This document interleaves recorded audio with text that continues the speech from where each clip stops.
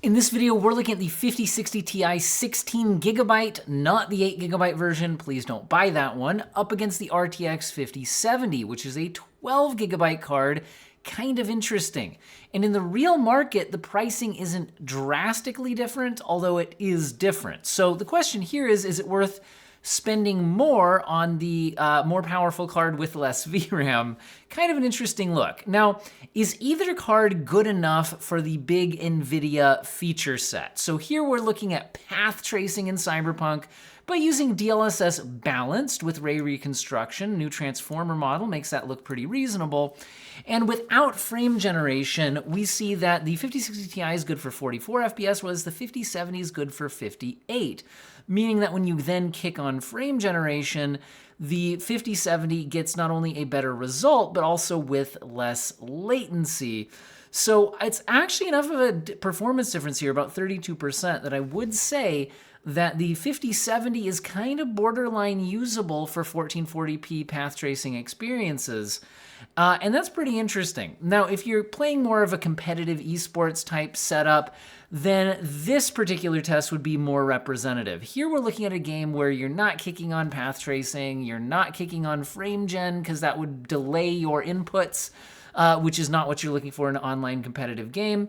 So Call of Duty Black Ops 6 1440p basic settings, I'm seeing that the 5070 is 26% faster than the 5060 Ti. But that's 176 FPS versus 140, so it's not like a mind-blowing difference between the two or anything like that. And you would definitely still, have a similar competitive experience, I think, on both. If we move up to 1440p basic, but using DLSS quality, because again, while frame generation I don't think makes sense in competitive games, DLSS upscaling does. The game actually renders quicker. It does decrease latency because you are rendering the game at a lower rendering resolution, allowing the GPU to actually render more frames. And then it outputs something that looks a lot like a 1440p image, so you still have good clarity. Here, we're seeing the 5070 hit 228 FPS versus 183 on the 5060 Ti, giving a 25% advantage to the 5070.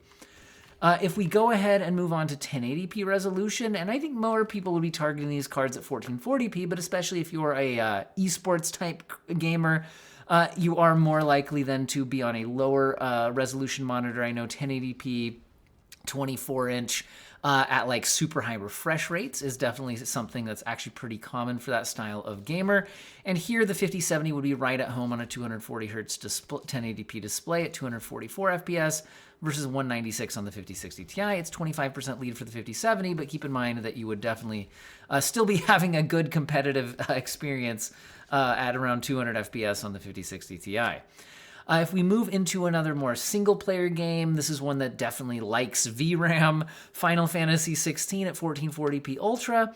I do see the 5070 taking a 22% lead over the 5060 Ti here at 61 FPS versus 50. So it's a noticeable improvement with the 5070, and I'm not seeing signs, at least in this short test, of going over 12 gigabytes of VRAM here. Kicking on DLSS quality gets both GPUs up to much higher refresh rate experiences at 86 FPS versus 74. Interestingly, it did seem like the 5060 took better advantage of the upscaling here. Now the 5070 is only winning by 16%. At 1080p Ultra, I'm also only seeing a 16% advantage at 85 versus 73. If we move on to an Unreal Engine 5 showcase here, we have Silent Hill 2 at 1440p, epic settings with hardware ray traced lumen turned on. Neither GPU is doing amazingly well. It's 50 FPS versus 41, so noticeably better on the 5070 by 22%. But I think both cards might improve their experience by using DLSS quality. And here we're seeing that boost the frame rates to 75 and 65 respectively. I'm actually only seeing a 15% advantage for the 5070 here. If I move down to 1080p Epic RT with no upscaling, I'm seeing a 22% advantage for the 5070 at 73 FPS versus 60.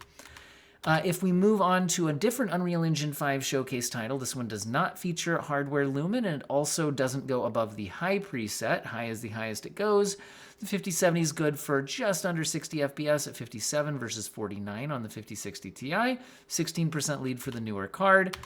And if we go to high settings with DLSS quality, we see the lead actually drops to 8% here at 84 versus 78.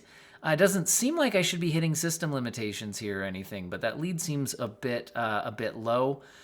There is a slightly different driver on here because I had the 5060 Ti on its review driver, and I had to run the 5070 through testing before that due to there was a very short time constraint on getting the 5060 Ti reviews out on time.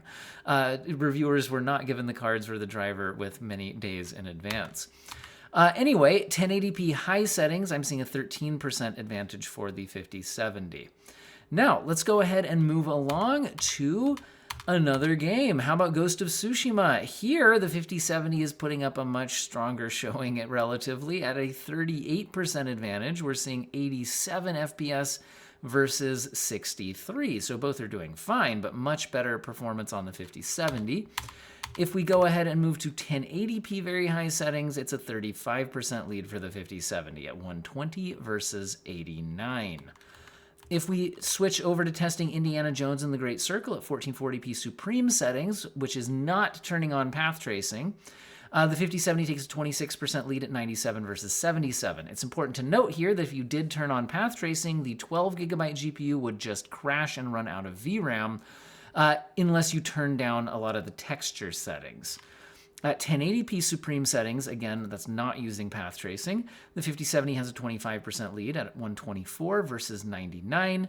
Once again, if you do turn on the path tracing mode, you can start to see issues on 12GB of VRAM.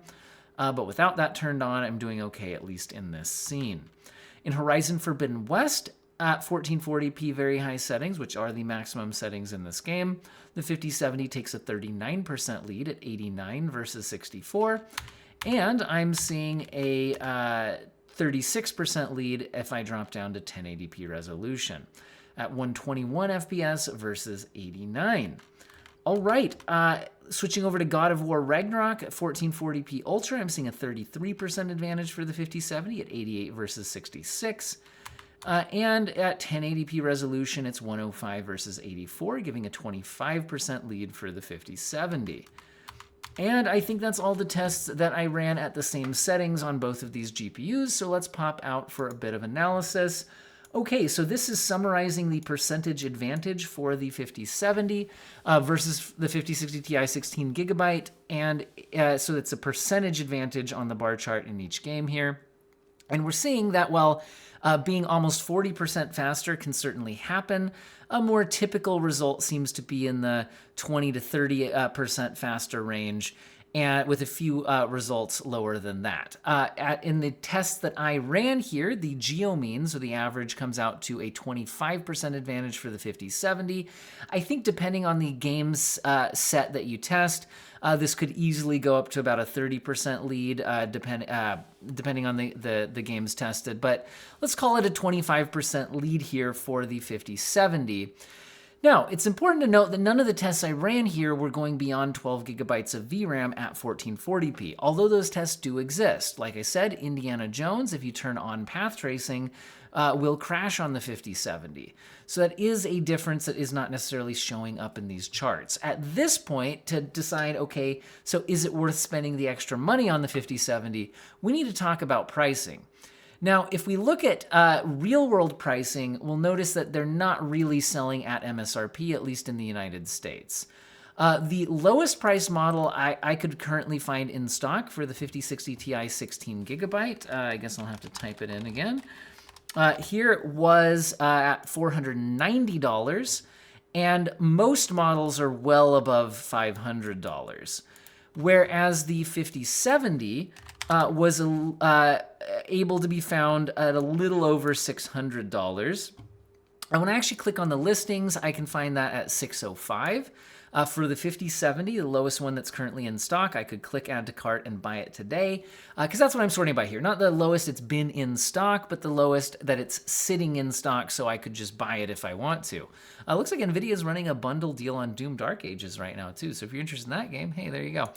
Anyway, over at B&H Photo, I did find that $490 5060 Ti 16GB actually in stock, and I did confirm it was the 16GB version. So if I was buying today, let's look at MSRP differences versus the real world pricing. So MSRP versus MSRP, it's $550 versus $430, so it costs 28% more to get the 5070, and you're getting about 25% more performance. So it's really fairly even scaling in a performance per dollar perspective when you don't factor in the VRAM differences. At real world pricing of $605 versus $490, the lowest I could find sitting in stock today, it's spending about 23% more for, again, about 25% better performance. Although I will say that while I can regularly find the 5070s that are at a little over $600, the 5060 Ti 16 gigabytes often have been over $500, often even close to $530. So actually seeing 600 versus 530 is not uncommon as far as what I've seen sitting in stock. And so if that's the case, if you're spending only 13% more money for 25% more performance, that kind of skews it towards the 5070. Now, if you manage to get a MSRP 5060 Ti 16 gigabyte at $430, again, that kind of skews things a bit differently as well. So if the 5070 is around 600, but you notice a 5060 Ti 16 gigabytes actually pop in stock at MSRP, well, then you'd be spending 40% more money for only 25% more performance and less VRAM. So that's interesting.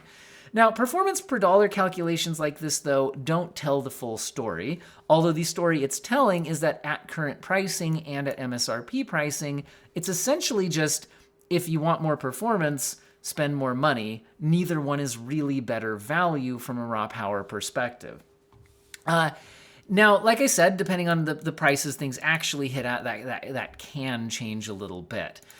But that's the general idea. Now, so the biggest difference here we're noticing is really the 16 gigabytes versus 12, but then more power on the other card. Like I said, you can find games that at their absolute maximum settings do go past 12 gigabytes of VRAM at even 1440p resolution. That being said, currently, all of those games can very easily have some minor graphic settings changes to stay within that 12 gigabyte VRAM buffer at 1440p. The question, though, I think for the 16 gigabyte advantage really comes into, so how long are you going to have the card? Because as we get into the next console generation, that's when I would expect game developers to be targeting a larger VRAM pool than they are currently. I think that's usually, VRAM usage kind of trends up over time, but oftentimes there's a big jump around new console generation releases. 8 gigabytes felt absolutely fine in the PS4 generation. When we got to the PS5, we started seeing more games target their core game design around more like 12 gigabytes or so of VRAM, since the consoles have 16 gigabytes of unified memory and some of that's allocated to system tasks, right? That's kind of the general idea. So if the next generation of console has more VRAM than the current one does, and that's always been the case for previous console generations, that's where, if you're holding onto this card for 5 or 6 years, and if GPU generations are kind of only slowly increasing, the amount of time you hang on to one, that there's something to be said there. But at the same time, the 5070 offers you better performance right now, and probably for the next few years, and speculating on VRAM usage over time is just speculation. So my personal preference would be to say that I wouldn't be overly concerned about getting the 5070, using it for the next few years, and then selling it in the future if it starts to become an issue. Sure, it's nice to have the 16 gigabytes of VRAM, but I think what's more noticeable is the performance difference. Because when we were trying to do something here like path tracing, being able to get nearly 60 FPS at 1440p, again, DLSS balance to get there, but the new transformer model looks pretty good at those settings, is a much better baseline experience to then kick on ×2 or ×4 frame gen from.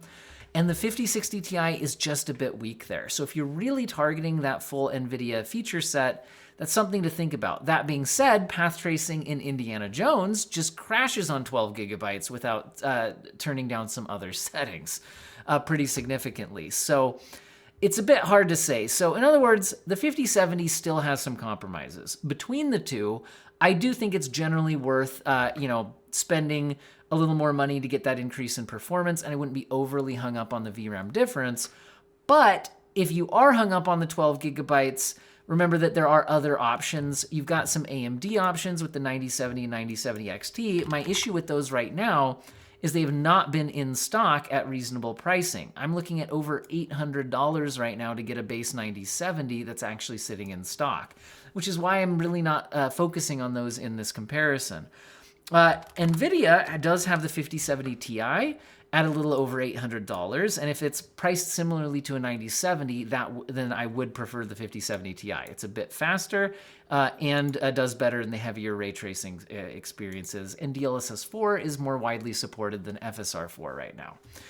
So really, I think the question is, I do think the 5070 would be my choice over the 5060 Ti 16 gigabyte. If you really want a do everything pretty well with 16 gigabytes of VRAM card, unfortunately, those are $800 right now. I don't like that pricing, but that's where it is. Anyway, hopefully you guys found today's video useful and or interesting in making those decisions. I do have separate videos testing out the 5070 Ti. I think I've got it against the 5070, I've got it against the 9070 cards, 9070 XT, all of that. So maybe take a look at those videos, and I hope all of you have an excellent day.